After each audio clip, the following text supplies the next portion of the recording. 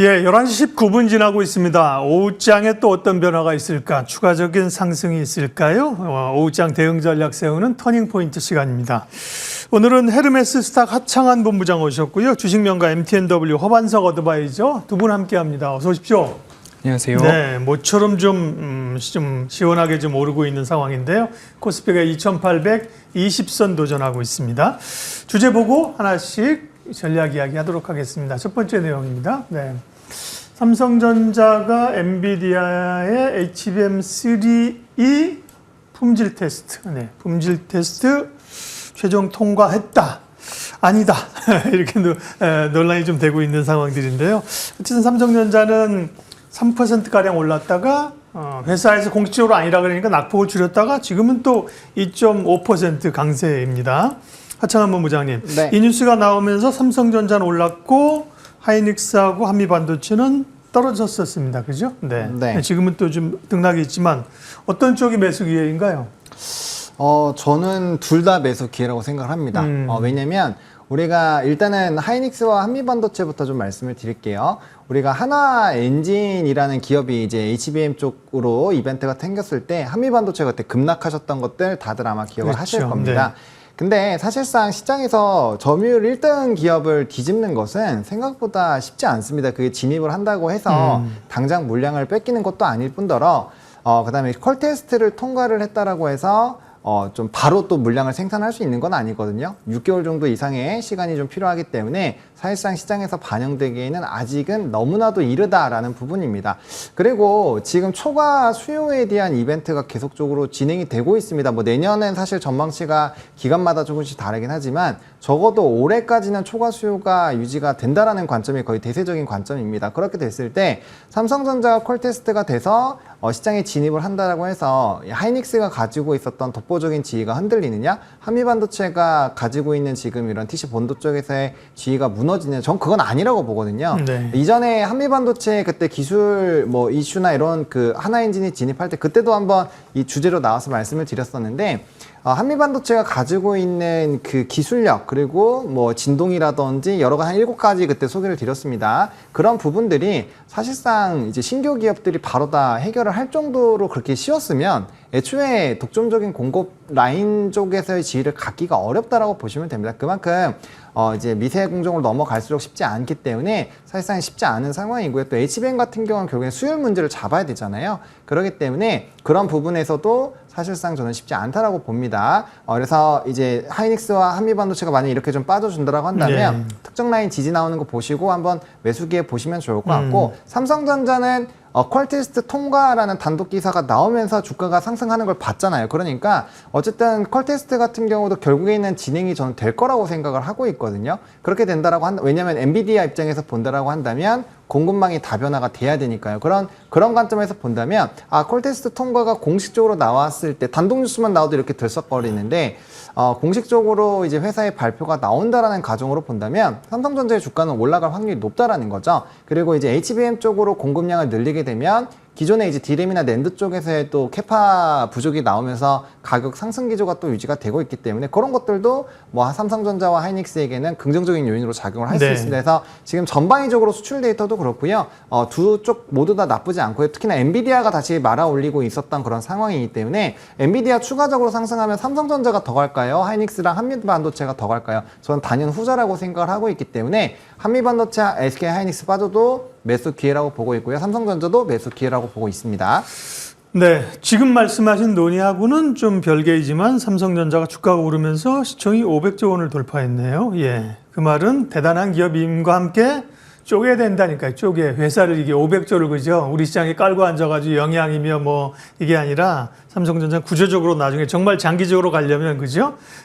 이 디램 쪽하고 파운드리를 좀 떼내든지 뭐 이런 것도 좀 필요하긴 해요. 예. 허반석 의원님, 그리고 또 엔비디아가 액분하고 나서 조금 쉬다가 어제 다시 올라오면서 부활하는 느낌을 좀 줬고요. 오늘 삼성전자 이슈도 있었는데 반도체 옥석 가리기 전략이요? 대형주가 올라갈 때는 중소형주를 보시고 중소형주가 올라갈 때는 대형주를 보시고 결국에는 조정 시에 매수하는 것이 반도체를 대응할 때의 우리의 계좌에 이롭습니다라는 이야기를 지속적으로 드려왔습니다. 오늘 같은 경우에는 삼성전자도 올라갑니다. 그리고 원익 IPS도 누차 강조드려왔죠.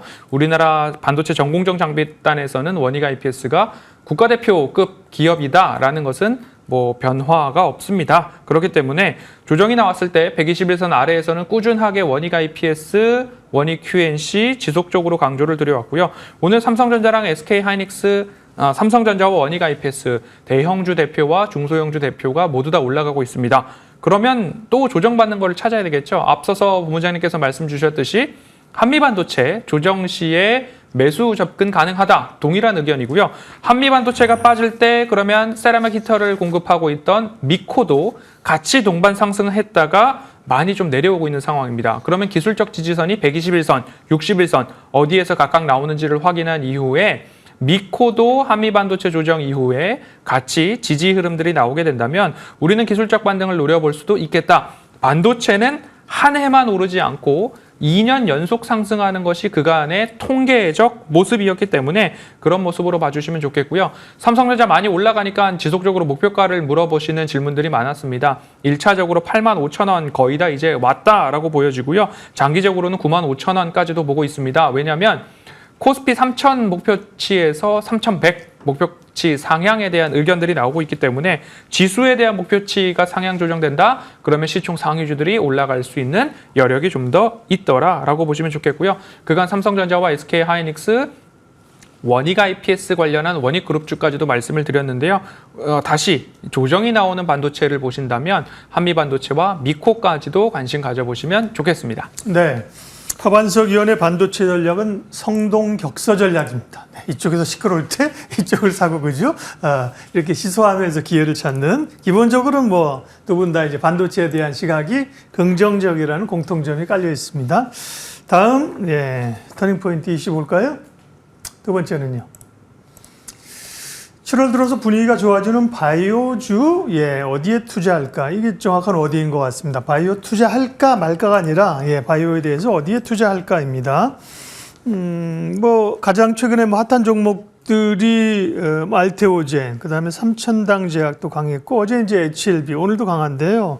일단 바이오주의 환경이, 왜 투자할 만한 환경인가? 그 부분부터 좀 하창한 본부장님 얘기해 주실래요? 네. 네, 뭐 일단은 바이오 쪽에서 지금 이제 사실 어떻게 보면은 개별적인 이슈들이 모여 있는 상황이다 보니까 이게 이제 사실은 잘 뜯어보면 각각의 이슈로 움직이는 건데 이게 그렇죠. 마치 바이오가 한 몸처럼 움직이는 것처럼 지금 작용이 되고 있거든요. 아니, 미국에서 뭐 생물보안법 이런 것들은 이제 업계 전, 그 다음에 약가이나 이런 거는 전체 영향도 미치잖아요, 그죠? 그렇죠. 그러나 이제 개별 이슈가 많긴 하죠. 네, 네, 맞습니다. 그래서 뭐 사실 CDMO 쪽 같은 경우는 한번 또 시세가 분출됐다가 좀 움직였고 또 비만 같은 경우도 이제 가격 상승에 따른 부담감들이 좀 작용이 되면서 또 주가의 조정을 받았죠. 근데 그럼에도 불구하고 오늘 올라가는 게 뭐 ABL 바이오라든지 오늘 뭐 ABL이 강하네요. 네, 그런 종목군들이 있는데 그런 것들은 잘 한번 살펴보시면 이제 전거래일에 IR을 했는데 또 거기서 좀 기대감이 많이 높아졌다라고 보시면 좋을 것 같고 그래서 각각의 좀 뭐 이벤트들이 좀 부각이 되고 있다라고 보시면 됩니다. 뭐 HLB 같은 경우도 FDA 다시 한번 재승인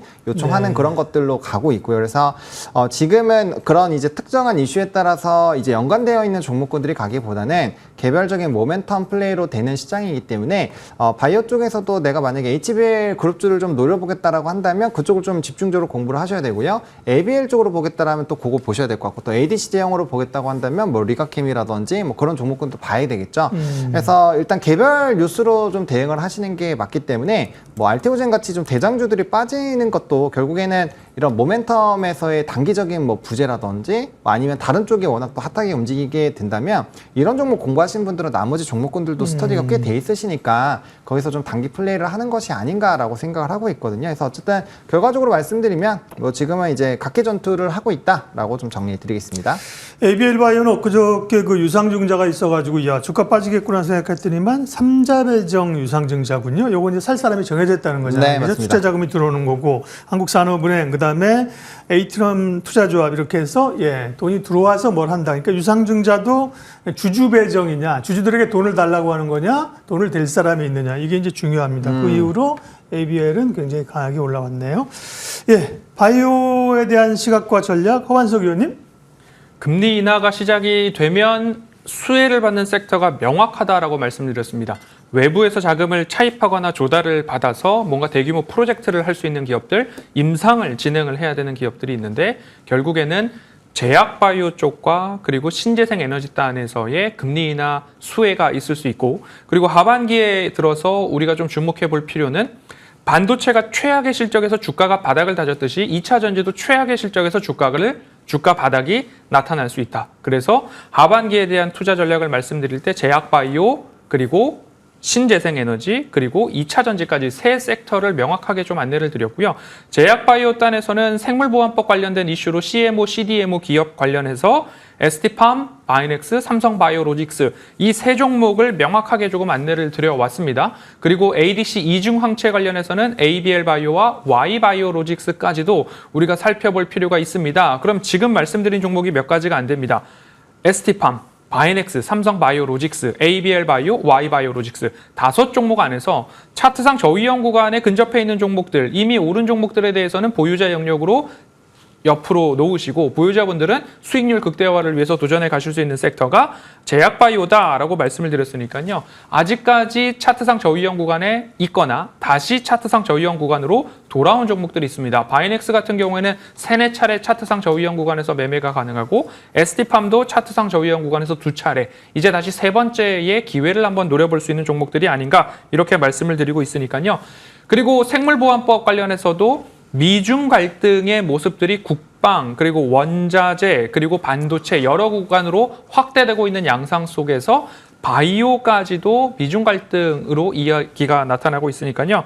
제약바이오는 금리 인하기에 최대 수혜주가 될 수 있더라. 거기다가 더해서 기술 수출에 전력이 있는 기업들, 이미 기술 수출을 한 이력이 있는 기업들, 새로운 기술 수출의 기업들, 저는 리가켄바이오와 Y바이오로직스 조금 더 집중해서 보자라고 말씀드리고 있으니까요. 이런 종목들 관점으로 제약바이오는 꼭 또 반도체 이후로 하나씩 갖고 가셔야 된다라는 이야기 전달드리겠습니다. 예, 앞서 말씀드린 것처럼 제약바이오는 업종 선택의 문제가 아니라 그 가운데 어디를 주목해야 되느냐가 관심인데요. 명확하게 그 가운데서 주목할 섹터와 기업들을 말씀을 해주셨습니다. 네, 다음 포인트 보겠습니다. 조정받는 실적주, 음식료, 화장품주 어떻게 할 것이냐. 오히려 수출 데이터가 나오면서 수출의 모멘텀으로 갔는데 조금 상승 탄력이 슬로우 된다고 하면서 차익의 빌미가 좀 나오고 있습니다. 음식료나 화장품은 하창한 본부장님, 조정받을 때 매수 전략입니까?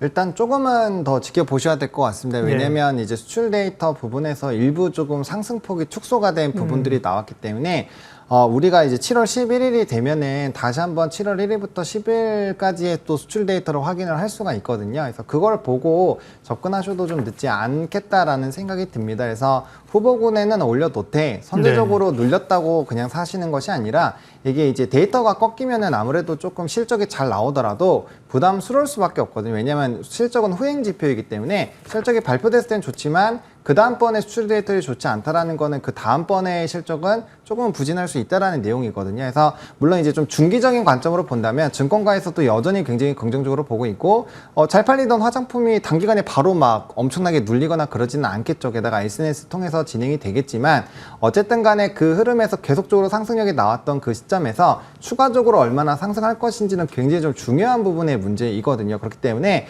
그런 실적에 대한 흐름들이 약간의 좀 횡보를 한다거나 아니면 약간의 좀 낙폭이 나오게 됐을 때는 피크아웃 논란이 나오면서 상당히 좀 위축이 될 수 있습니다. 그래서 그런 것들을 해결하는 투심이 좀 필요하기 때문에 데이터를 넘버를 보시고 접근하셔도 저는 충분히 늦지 않다라고 보고 있고요. 대부분의 종목군들이 고점 대비 한 10%에서 15% 정도씩 조정이 나오고 있는 상황이거든요. 그래서 좀 일부 좀 중요한 이 한 번도 깨지 않았었던 라인들을 깨는 종목군들은 좀 한 번 정도는 끊어가시는 게 맞을 것 같고요. 그렇지 않은 종목군들을 일단 좀 관망을 하시되 어쨌든 이제 넘버가 자체가 좀 부정적으로 나오게 됐을 때는 대응이 필요할 수 있다는 점도 좀 감안하시고 바라보실 필요가 있을 것 같습니다. 음식료, 화장품 대표적인 수출주잖아요. 조정 시 매수해도 좋냐? 네, 오케이 그러실 줄 알았는데 조금 더 확인해야 하는 과정이 필요하다. 서둘 필요는 없다고 말씀하셨고요. 오히려 좀 가격대성에서 주요한 지지선이 밀리면 일단은 좀 대응하면서 그죠? 네. 가격 대응으로 하면서 전략을 세울 필요도 있다는 얘기입니다. 다음은요. 오장 터닝 포인트 네 번째입니다. 스트롱맨이 온다. 네, 트럼프 모멘텀으로 방산주. 결국은 뭐 유럽에도 각자 도생하라고 하면 방산에 대한 수요가 늘어날 것이라는 기대감들인데요. 네.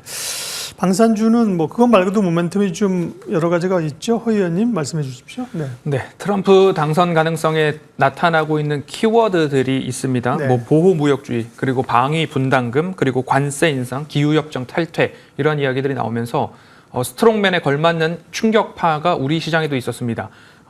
한 이틀 동안 우리 시장에도 트럼프가 당선될 가능성이 높아졌다. 그러면 확대 재정 정책에 따라서 국채 발행이 증가하고 국채 금리가 올라가고 금리 인상을 5회까지도 진행할 수 있겠다라는 어마무시한 이야기들이 막 나왔습니다. 하지만 비둘기적인 파월의 발언에 따라서 국채 금리가 진정이 나오고 원달러 환율도 다시금 진정세가 나타나는 모습이라서 아직 대선 11월까지 많이 남아 있습니다. 그리고 바로 당선이 된다 할지언정 이 임기 시작까지도 시간적 여유가 있는 상황이기 때문에 트럼프에 대한 변동성이 나타난다. 그러면 그 피해주들로 올라오는 종목들 매수 기회가 조금 될 수 있더라. 그 가운데 매수 기회로 볼 수 있는 종목들은 펀더멘털, 실적이 있는 종목들은 오히려 매수 기회로 볼 수 있겠다라는 점 참고를 해보시면요. 신재생에너지가 트럼프가 당선됐을 때 피해주로 구분이 되면서 급락을 했죠. 하지만 우리나라에서 태양광 중심으로 해서 확대 정책을 하겠다라고 하니까 다시 태양광 중심으로 발빠른 반등 흐름들이 나타나는 것처럼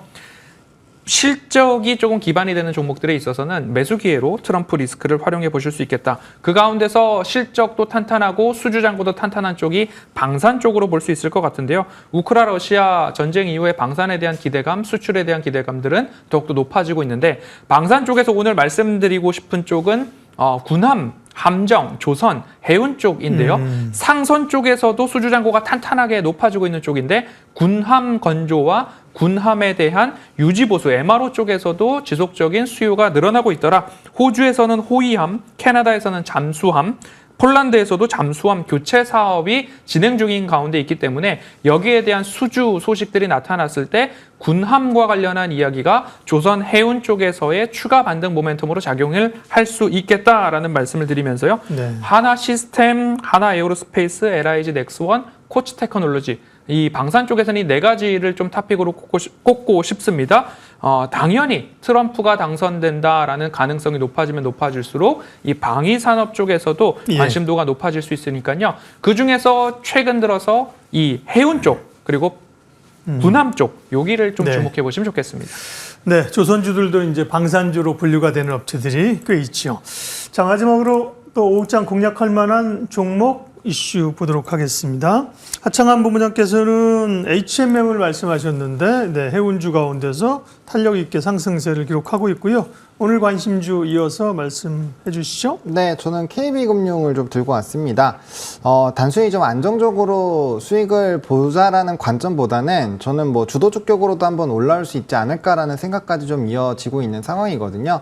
물론 이제 우리나라 이제 금융주들이 트럼프가 미국 쪽에서의 이런 수혜를 주는 것과는 좀 차이가 있겠지만 어쨌든 금융주에게도 조금의 투심 상승에는 좀 기여를 하지 않을까라고 보고 있고 대부분이 또 이제 이 중간 배당, 뭐 배당뿐만 아니라 이제 주주 환원 정책에 대한 발표들이 나올 예정입니다. PF 같은 경우는 이미 충당금을 어느 정도 다 해놓은 상황이라고 보시면 될 것 같고요. 또 증권가에서 굉장히 좀 목표 주가 상향 흐름들이 나타나고 있다는 점에서 뭐 시장에서의 관심도는 계속 높아지지 않을까라고 보고 있고요. 결국에는 이제 이 세제가 어떻게 변하는지를 봐야 되긴 하겠지만 어쨌든 전거래일의 분리과세에 대한 얘기가 나왔거든요. 그렇기 때문에 그런 부분에서는 충분히 좀 기대감을 가져가 볼 수 있지 않을까라는 부분들. 통상적으로 이제 이 분기별로 이 상반기에 한 번, 그다음에 이제 중순에 한 번 정도 이제 자사주 매입이나 소각을 발표하는데 그게 아마 7월에 발표될 확률이 굉장히 좀 높다라는 부분에서 매력도가 좀 높아질 수 있다라고 보시면 될 것 같습니다. 뭐 실적도 상당히 괜찮고요. 환원 정책 부분에서도 이제 40% 넘게 좀 기대가 되고 있기 때문에 뭐 이제 추세 따라서 조금씩 우상향을 할 거다라는 관점에서 KB금융 말씀을 드려보도록 하겠습니다. 오늘은 이제 보험주나 증권주도 강합니다만 대표적인 밸류업의 주도주 KB금융 관심주였고요. 허반석 의원님 관심주는요? 네, 파인엠텍입니다. 힌지 관련해 가지고 우리나라 대표 기업이고요. 국내 힌지, 내장 힌지 관련해서 시장 점유율 90% 이상인데 최근 들었던 경쟁사에서 내장 힌지 관련한 힌지 점유율이 확 빠졌다. 그러면 파이엠텍의 점유율이 더 올라갈 수밖에 없다라는 반발 매수와 반대 수혜 쪽을 좀 보시면 좋을 것 같고요. 삼성전자가 10일 프랑스 파리에서 새로운 휴대폰들을 언팩 행사, 공개 행사를 갖습니다. 여기에 Z 플립 6 같은 경우에 새롭게 파이엠텍이 수혜를 받고 있는 상황이니까요. 이 부분 참고해 주시고 목표가는 11,000원, 손절가는 8,500원 말씀드리도록 하겠습니다. 네, 파이엠텍 관심주였습니다.